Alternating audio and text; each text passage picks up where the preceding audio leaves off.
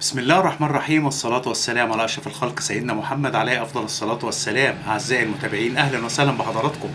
أتمنى تكونوا بخير وبصحة وسعادة. معكم إسلام صقر. فيديو النهاردة بعنوان: بريطانيا رجعت تشغل غرف الفوضى ضد مصر. السيدات والسادة المشاهدين، تابعوني لنهاية الفيديو عشان نعرف أصل الحكاية. فاصل ونواصل.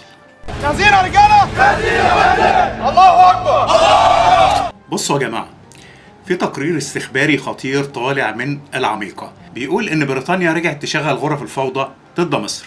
الموضوع ده مش جديد، بس المرة دي في شكل مختلف. الموضوع ده منين بقى؟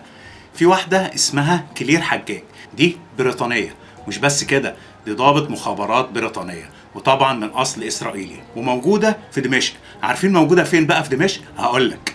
موجودة جوه القصر الجمهوري. أيوة زي ما بقولك كده، قاعدة مقيمة هناك. ودي مش مجرد موظفة، دي بتشغل شبكة ميليشيات ومرتزقة بيتحركوا من سوريا وليبيا والسودان. الهدف ايه بقى؟ فتح جبهات ضغط حوالين مصر، من الغرب عن طريق ليبيا، ومن الجنوب عن طريق السودان دارفور. طيب، ايه هي ادوات بريطانيا؟ واحد، الاعلام. صحف زي التايمز والبي بي سي بيشتغلوا على خط التشكيك في مصر. الدين، القروض، السياحة. مش مجرد نقد، لا، تمهيد عشان يصوروا مصر انها دولة فاشلة. اتنين، المرتزقة. شركات امنية بريطانية بتبني جيوش بديلة في افريقيا، في السودان ونيجيريا والصومال، ودلوقتي بيزقوهم ناحيتنا. تلاتة، الدبلوماسية. ملف حقوق الانسان دايما بيتفتح كورقة ضغط، زي موضوع علاء عبد الفتاح. اما نيجي نشوف الخلفية التاريخية للموضوع ده، الموضوع ده مش وليد اللحظة، لا، ده من أيام الحملة الصليبية، ثم أيام الاحتلال البريطاني، ثم أيام العدوان الثلاثي، لحد صناعة الإخوان ودعم الفوضى في 2011. القاعدة واحدة، بريطانيا عايزة تمنع مصر من إنها تبقى قوة حقيقية في المنطقة. طيب، إيه هي أهداف بريطانيا من الليلة دي كلها دلوقتي؟ واحد، إنها تضعف الجيش المصري بجبهات فوضى على الحدود.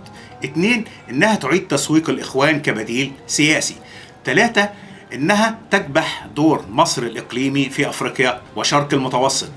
أربعة، إنها ترجع نفوذها بشكل ناعم عبر الإعلام والاقتصاد. طب إيه هي السيناريوهات المتوقعة؟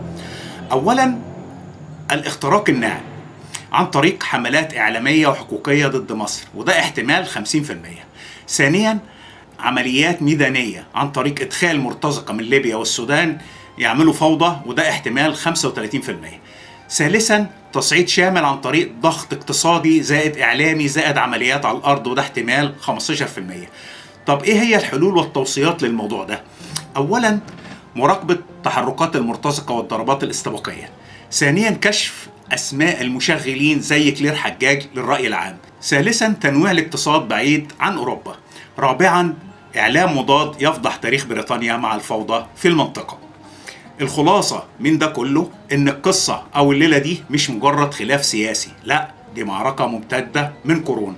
بريطانيا لسه شايفة إن قوة مصر خطر مباشر عليها، وكل اللي بيحصل دلوقتي عبارة عن أبديت أو نسخة جديدة من اللعبة القديمة.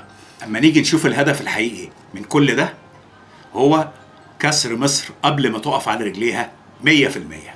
وفي النهاية، أتمنى أكون قدرت أوصل الرسالة لحضراتكم. اللهم احفظ مصر وشعبها العظيم من كل سوء. اللهم احفظ جيش مصر وشرطتها. اللهم ارحم شهداء الوطن. عاشت الأمة العربية، وتحيا مصر، تحيا مصر، تحيا مصر. أترككم في رعاية الله وأمنه، والسلام عليكم ورحمة الله وبركاته.